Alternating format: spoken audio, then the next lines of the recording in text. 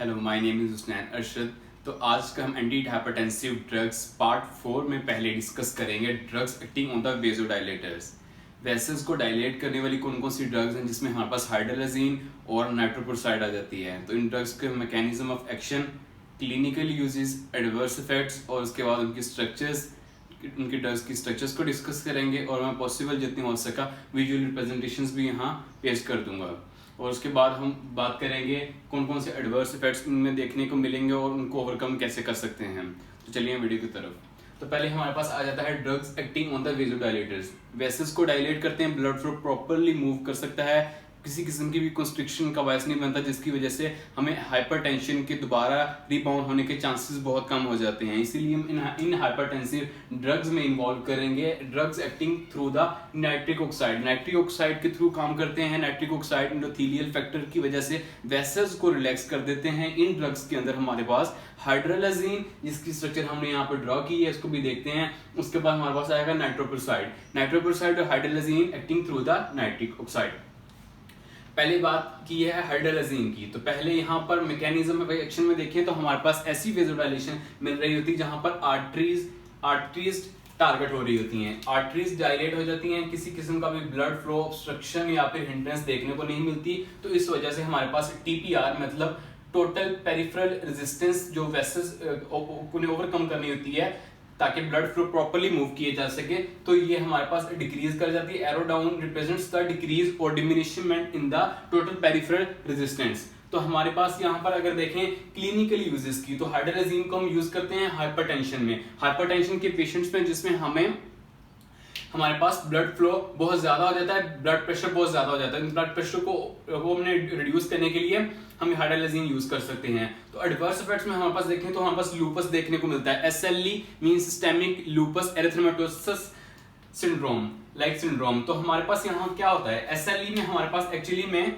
यहाँ पर joint pain patients में देखने को मिल सकती है अगर वो हाइड्रोलाजीन यूज करेंगे, या फिर हमारे पास बटरफ्लाई टाइप के रैशेस होने शुरू हो जाते हैं। बटरफ्लाई टाइप रैशेस,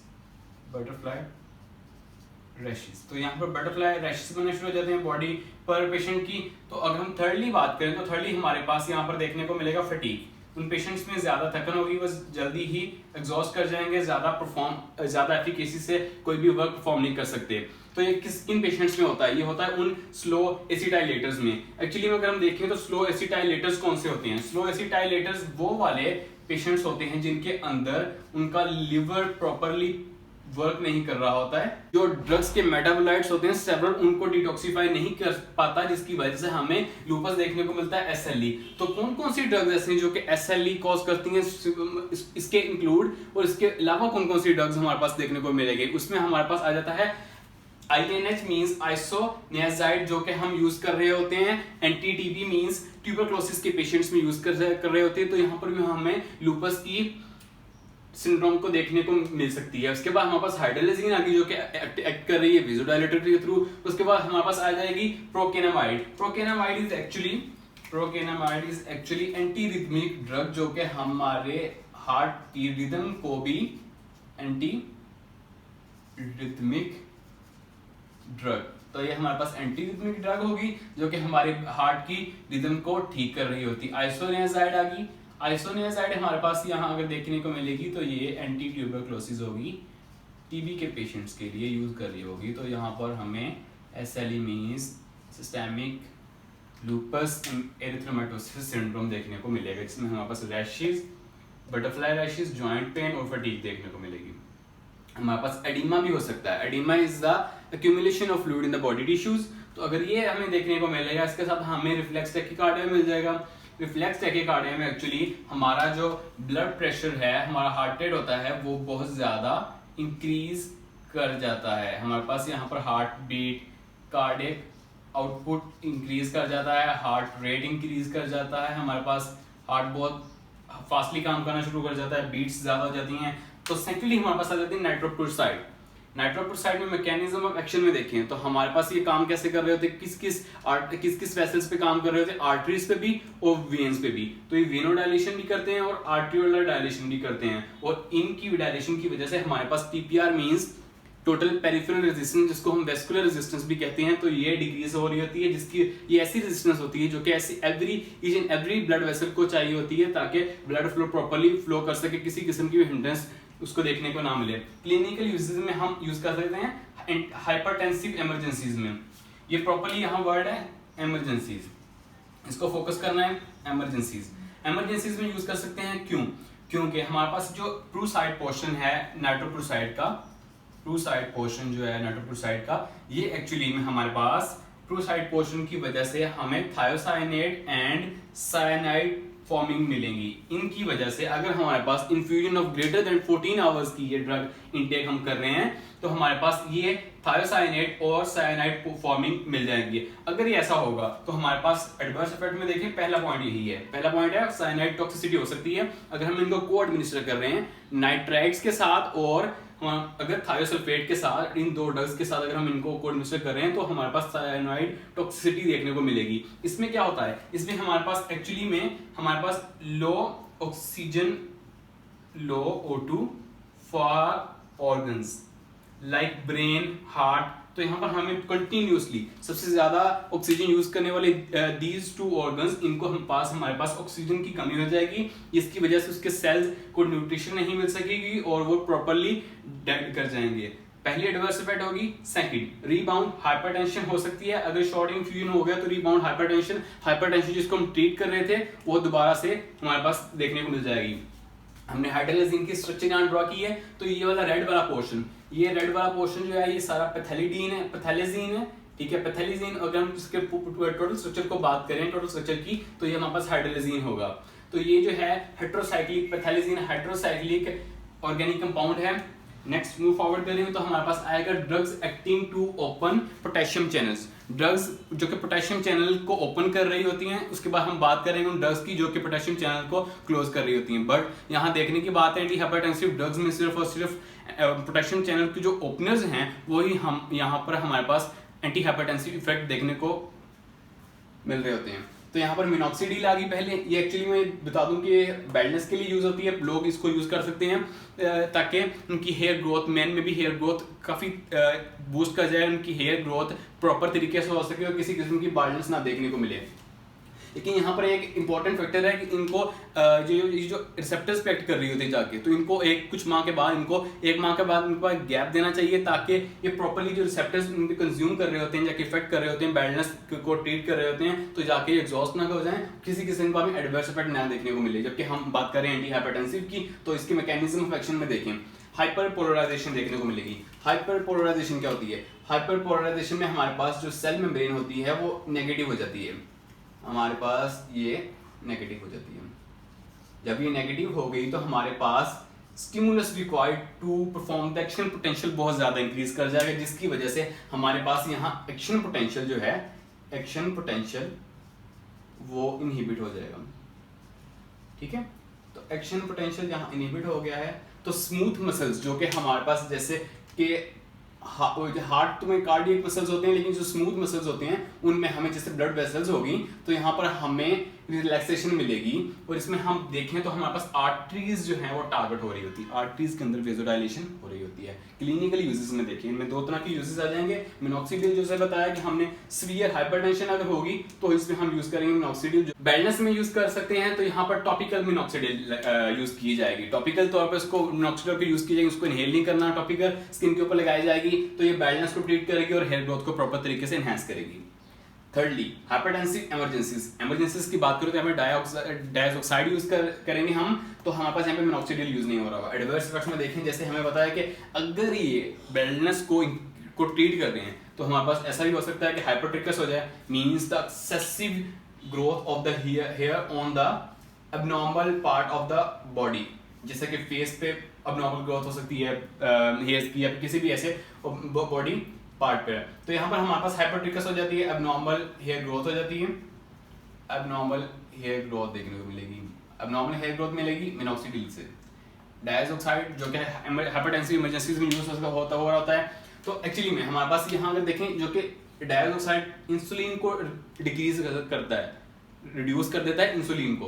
अगर इंसुलिन कम हो जाएगी तो हमारे पास ब्लड शुगर लेवल बूस्ट कर जाएगा, शूट कर जाएगा, तो हमारे पास यहाँ पर हाइपरग्लाइसीमिया मिल जाएगा मिनॉक्सिडिल की वजह से। मिनॉक्सिडिल की वजह से हमारे पास मिल गया, emia means in the blood, glide means glucose, hyper means increase, तो यहाँ पर हमें ग्लूकोज की ज्यादा एक्सेसिव अमाउंट मिल जाएगी ब्लड के अंदर। Oedema as already discussed that it is the accumulation of the fluid in the body tissues। तो हमारे पास ये देखने को मिल जाएगा। रिफ्लेक्स टैकीकार्डिया हो सकता है, जैसे यहाँ पर भी एडवर्स इफेक्ट था वेसोडाइलेटर्स में भी रिफ्लेक्स टैकीकार्डिया था, जिसमें हमारे पास हार्ट रेट शूट कर गया था, हमारे पास जो कार्डियक आउटपुट वो भी इंक्रीज कर गया था। तो हमारे पास यहाँ पर भी अगर देखिए पोटेशियम चैनल ओपनर्स में भी ये देखने को मिलेगा रिफ्लेक्स टैकीकार्डिया। जबकि अगर बात करें सल्फोनाइल यूरियस को, अगर हमने पोटेशियम चैनल्स को क्लोज करना है, पोटेशियम चैनल क्लोज करने के लिए हम सल्फोनाइल यूरियस को यहाँ पर यूज कर रहे होते हैं। तो अगर बात करें मिनॉक्सिडिल की स्ट्रक्चर की, मिनॉक्सिडिल स्ट्रक्चर में अगर हम ये देखें यहाँ पर ड्रॉ की हुई है, तो ये एक्चुअली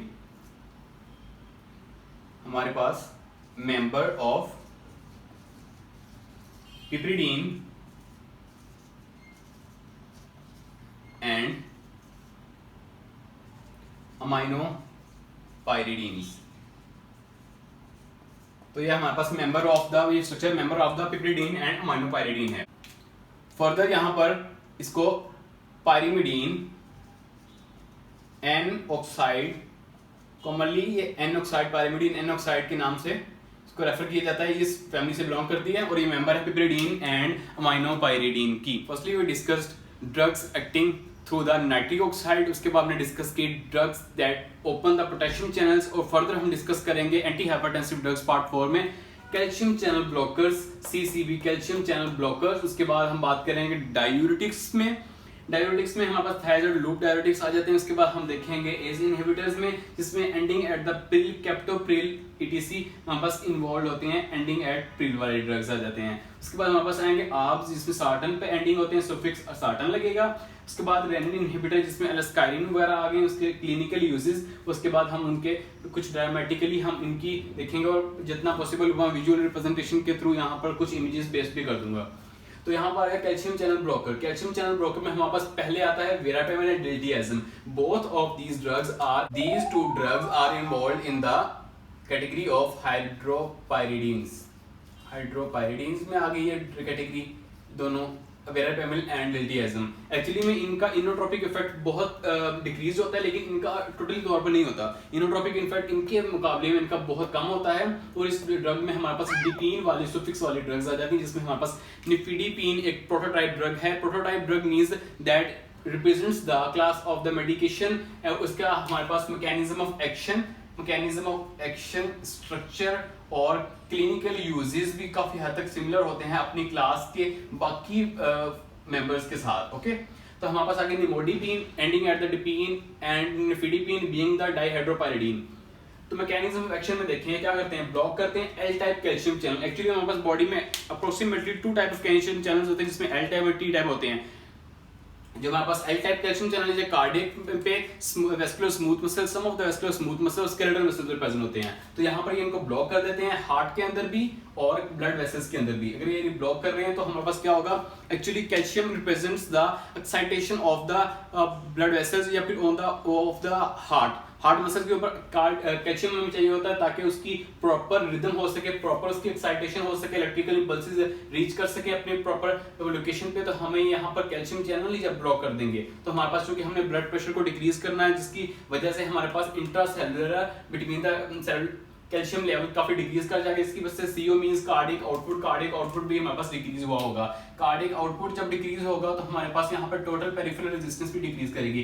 टीपीआर में टोटल पेरिफेरल रेजिस्टेंस, जिसको हम वेस्कुलर रेजिस्टेंस भी कहते हैं, ऐसी रेजिस्टेंस होती है जो कि ब्लड वेसल में ब्लड फ्लो को चाहिए होती है। ओवरकम अगर करेंगे तो प्रॉपर्ली ब्लड फ्लो ज्यादा होगा, अगर ये कम होगी तो कम ओवरफ्लो होगा।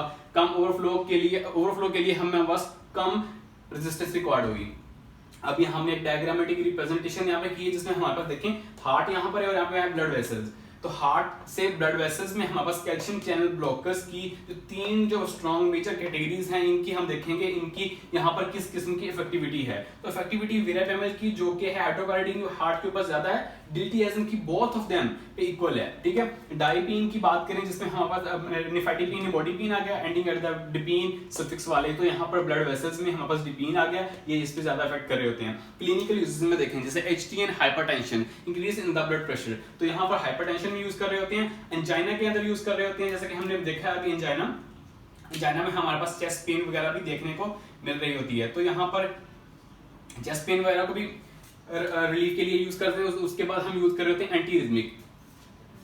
Anti arrhythmic means proper rhythm of the heart, proper rhythm of the heart. जैसे कि हमें इरेगुलरिटी मिल रही होती है एंटी रिदमिक में, हमारे पास हार्ट जो है प्रॉपर्ली रिदम में नहीं चल रहा होता, हमारे पास हार्ट बीट ऑल्टर कर रही होती है, तो यहाँ पर वेरापेमिल डिल्टियाज़म जो कि हाइड्रोपायरिडीन है यूज कर सकते हैं हम क्लिनिकल यूजेस में। ये category under the category of the calcium channel blocker आते हैं।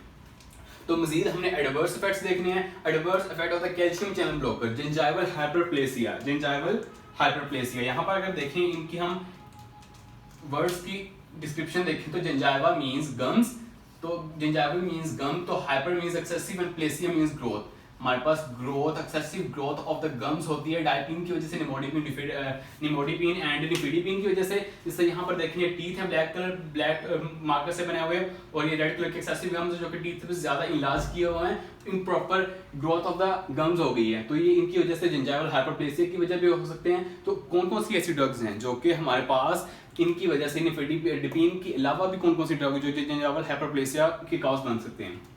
इसमें आते हैं पहली ड्रग डिपीन्स, दूसरी आती है फेनेटोइन। फेनेटोइन एक्चुअली हम यूज कर रहे होते हैं एंटी सीजर, सीजर्स के लिए यूज कर रहे होते हैं हम यहाँ पर, और ये हमारे पास है इम्यूनोसप्रेसेंट। इम्यूनोसप्रेसेंट ड्रग है ये। इम्यूनोसप्रेसेंट मीन अगर किसी किस्म की भी लीवर की ट्रांसप्लांटेशन करनी है, लिवर की ट्रांसप्लांटेशन रिजेक्शन ना हो जाए, तो उसको प्रिवेंट करने के लिए हम साइक्लोस्पोरिन यूज कर रहे होते हैं। सेकंड एडवर्स इफेक्ट में हमारे पास रिफ्लेक्स टैकीकार्डिया, रिफ्लेक्स टैकीकार्डिया में हमारे पास increase in the heart beat, in the cardiac output हो जाता है, ये भी डिपीन की वजह से होता है। वेरापेमिल में ये ऐसी ड्रग है जो कि गैस्ट्रोइंटेस्टाइनल सिस्टम में भी काफी तौर पे इफेक्ट कर रही होती है, वहां पे जाके उनकी वेसल्स की कंस्ट्रिक्शन करवा देती है। वेसो कंस्ट्रिक्शन होने की वजह से यहाँ पे हमें एक एडवर्स इफेक्ट मिलता है जो कि constipation in the of the stool। उसके बाद हमारा myocardial infection, infarction mean the death of the cardiac muscles, इसको हम हार्ट स्ट्रोक भी कह सकते हैं। तो हार्ट स्ट्रोक में इसमें हमारे पास क्यों होता है? वेरापेमिल की वजह से होता है, जो कि हाइड्रोपायरिडीन एक एडवर्स इफेक्ट होता है, क्योंकि अगर ये प्रोलॉन्ग वेरापेमिल यूज कर रहे होते हैं तो हमारे पास यहाँ पे एमआई के भी चांसेस होते हैं, जो कि हमारे पास एक डेथ कॉज कर देंगे पेशेंट की। उसके बाद हमें पता है डायूरेटिक। डायूरेटिक में एक्चुअली हमारे पास increase in the sodium and water absorption हो जाती है, वो तो हमारे पास यहाँ thiazide and loop diuretic. Thiazide में अगर हम देखें तो यहाँ पर कम है स्पेस, तो मैं बता देता हूँ। थायजाइड में हमारे पास आएगा क्लोरोथायजाइड एंड क्लोरथालिडोन। उसके बाद लूप डायूरेटिक में हमारे पास आएगा फ्यूरोसमाइड एंड एथाक्रेनिक एसिड। हमने एज अ डिस्कस किया है एथाक्रेनिक एसिड एक ऐसी डिजीज है जो कि यूरिकोसोरिक है। In the whole category of the diuretic एक ऐसी ड्रग है जो कि हमारे पास यहाँ पर यूरिया की एक्सक्रीशन कर रही होती है। तो यहाँ पर इसलिए उन पेशेंट्स को, गाउट की पेशेंट में जिनमें हमारे पास uric acid accumulation of the joints हो जाती है, तो उनमें यूज कर सकते हैं। हमारे पास यूरिया हम उसको एलिमिनेट कर सकते हैं बॉडी से। एस इनहिबिटर में हमारे पास एक्चुअली में ending at the Pril mean suffix of the Pril वाली ड्रग्स आ जाएंगे, कैप्टोप्रिल ईटीसी, इनालाप्रेट, कैप्टोप्रिल वगैरह। तो हमारे पास एंजियोटेंसिन 2 का अगर एंजियोटेंसिन की हिस्ट्री की बात बता दूं कि कैसे मैकेनिज्म है इनका। Angiotensin converts into the angiotensin 2 by the help of the ACE inhibitor enzymes. अगर एस इनहिबिटर एंजाइम की वजह से ये कन्वर्ट हो रहा है और ताकि बाद में जाके वेसोकंस्ट्रिक्शन करवा देता है, रास एक्टिवेशन करवाता है। रास means renin angiotensin aldosterone system, aldosterone की इंक्रीज हो जाती है, देन हमारे पास क्या होगा, वाटर एंड साल्ट की रिटेंशन हो जाएगी बॉडी के अंदर। तो ये हमें नहीं करना है, क्योंकि हमारे पास पहले ही ब्लड प्रेशर बहुत इंक्रीज हुआ है, ब्लड प्रेशर को डिक्रीज करना है। तो यहाँ पर एंजियोटेंसिन 2 को ब्लॉक कर देंगे। उसके बाद हमारे पास प्रिवेंट ब्रेडिकाइनिन डिग्रेडेशन। अगर ब्रेडिकाइनिन की बात करें तो ये एक ऐसा पेप्टाइड है जो कि इन्फ्लेमेशन के लिए हम एक ऐसा पेप्टाइड है जो कि इन्फ्लेमेशन के लिए हम यूज कर रहे होते हैं, इन्फ्लेमेशन कॉजिंग होता है। ओके, तो हमारे पास यहाँ पे डिग्रेडेशन हम कर देते हैं, इनकी जो ब्रेडिकाइनिन की वो प्रिवेंट करते हैं ये ACE inhibitor. Okay, ACE inhibitor की लंग डिसऑर्डर की बात करें जैसे सार्कोइडोसिस, जिसमें हमारे पास यहाँ पर accumulation of the inflammatory cells like डब्ल्यूबीसीज, व्हाइट ब्लड सेल्स हमारे पास बॉडी में क्लस्टर्स बन जाएंगे, जिसको हम ग्रैनुलोमास कहते हैं, जैसे व्हाइट ब्लड सेल्स। ठीक है, यहाँ पर हमारे पास क्लस्टर्स ऑफ द इन्फ्लेमेटेशन हो जाता है। उसके बाद हमारे पास आगे लंग डिसऑर्डर्स लाइक सार्कोइडोसिस, तो हमारे पास यहाँ पे ये हो गया। उसके बाद यहाँ पर एस इनहिबिटर यूज करने की वजह से मैक्यूला डेंसा, जिसके हम बात करें एफरेंट आर्टरी जो कि सोडियम डिलीवरी की इंक्रीज की वजह से वेसोकंस्ट्रिक्शन का बायस बनती है। हमारे पास macular densa in the kidney हमारे पास जो है वेसोकंस्ट्रिक्शन का बायस भी बन सकती हैं। एस इनहिबिटर इस काम के लिए रिस्पॉन्सिबल होते हैं, सार्कोइडोसिस के लिए भी और मैक्यूलर डेंसा के ऊपर वेसोकंस्ट्रिक्शन के लिए भी। क्योंकि सोडियम की डिलीवरी इंक्रीज हो रही होती है, सोडियम उसकी वजह से, वेसोकंस्ट्रिक्शन की वजह से।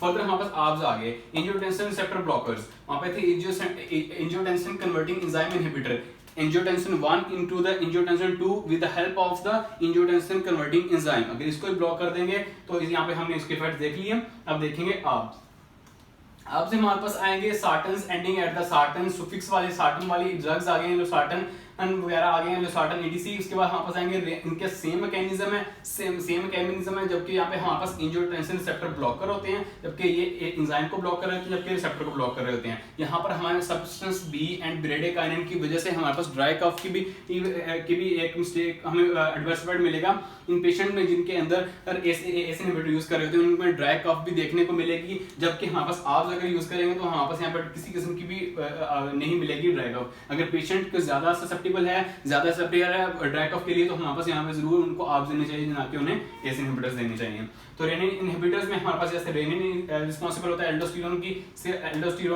के लिए रेनिन एंजियोटेंसिन एल्डोस्टेरोन सिस्टम। तो यहाँ पे वेसोकंस्ट्रिक्शन हो रही होती है, तो हमारे पास यहाँ ब्लड प्रेशर भी इंक्रीज हो रहा होता है। जबकि हमारे पास एलिस्काइरिन हम ड्रग यूज कर सकते हैं ताकि हमें एंजियोटेंसिन 1 की ब्लॉकेज, एंजियोटेंसिन 1 की फॉर्मेशन में ब्लॉकेज हो जाए। तो इनकी क्लिनिकल यूजेस क्या है, मैकेनिज्म कुछ इन हद तक इनके सिमिलर हैं। तो यहाँ पर हम अगर देखें तो हमारे पास क्लिनिकल यूजेस, एडवर्स इफेक्ट्स में देखें, एडवर्स इफेक्ट्स यहाँ पर नहीं लिखे हुए, ये मैं बता देता हूँ। क्लिनिकल यूजेस में hypertension, HTN hypertension, diabetic nephropathy means the kidney में हमारे पास यहाँ पे अब नॉर्मल मैकेनिज्म हो जाता है, हमारे पास किडनी फेलियर भी देखने को मिल जाएगी। यहाँ से ज्यादातर डायबिटिक पेशेंट्स होते हैं उनके अंदर ये किडनी फेलियर हो सकता है, डायबिटिक नेफ्रोपैथी। ठीक है, उसके बाद हमारे पास आएगा सीएचएफ, कंजेस्टिव हार्ट फेलियर, इनमें हम यूज कर सकते हैं एस इनहिबिटर्स को, आर्ब्स को हमें PKD, polycystic kidney disease. Polycystic kidney disease में क्या होता है, poly means many, cystic means cyst, cyst watery cyst, cancerous नहीं, वाटरी सिस्ट,